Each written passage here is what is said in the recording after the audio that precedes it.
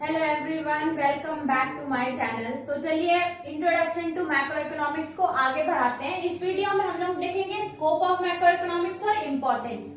Generally scope और importance एक साथ भी पूछ सकता है मीनिंग, या तो फिर आपको ऐसा भी क्वेश्चन पूछ सकता है कि what are the different scope of economics, या इम्पोर्टेंस अलग से पूछ सकता है। तो ये बेसिकली ध्यान में रखना इंपॉर्टेंट है। तो देखते हैं कि स्कोप ऑफ इकोनॉमिक्स यानी स्कोप ऑफ मैक्रो इकोनॉमिक्स यानी कि मैक्रो इकोनॉमिक्स क्या क्या पॉइंट कवर करता है, क्या क्या स्कोप है इसके आगे जाके, मतलब what we are going to get, मतलब क्या हम पढ़ेंगे वो होता है स्कोप। तो स्कोप में आता है कि ये आपको थ्योरी ऑफ नेशनल इनकम पढ़ाएगा, मतलब इसमें जो बुक होगी इसमें ये सारे आपके चैप्टर्स के ही नाम आपके स्कोप में आएंगे। तो नेशनल इनकम हमें पढ़ने को मिलती है कि इसमें मैक्रो इकोनॉमिक्स में, कि कैसे how we calculate national income. ये उसके बाद आता है थ्योरी ऑफ एम्प्लॉयमेंट कैसे जनरेट की जाती है, कितने लोग एम्प्लॉयड है कितने नहीं है।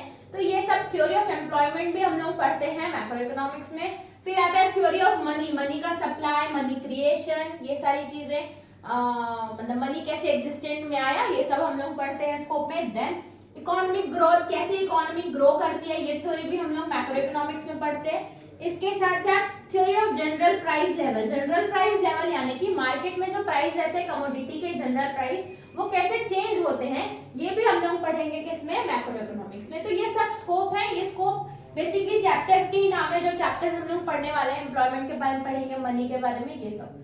नेक्स्ट आता है इंपॉर्टेंस ऑफ मैक्रो इकोनॉमिक्स, यानी कि मैक्रो इकोनॉमिक्स क्यों इंपॉर्टेंट है, why do we study macro economics, या क्या हेल्प मिलेगी इससे। ठीक है, तो इंपॉर्टेंस, तो पहली इंपॉर्टेंस ये है कि हमारी इकोनॉमी बहुत ज्यादा कॉम्प्लेक्स है, यानी कि इसमें कोई इन्वेस्टमेंट है, सेविंग है, इसके ज्यादा बहुत ज्यादा अलग अलग लोग अलग अलग काम कर रहे हैं, यानी कि वो लोग इनकम जनरेट कर रहे हैं इकोनॉमिकली। तो देखा जाए तो अलग अलग सोर्सेज है, तो कॉम्प्लेक्स स्ट्रक्चर हुआ।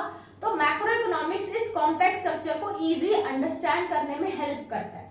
तो बोलेंगे powerful tool to study complex. जो इकोनॉमिक सिस्टम है वो हमारा कॉम्प्लेक्स है, उसको स्टडी करने में ये हमारा टूल है।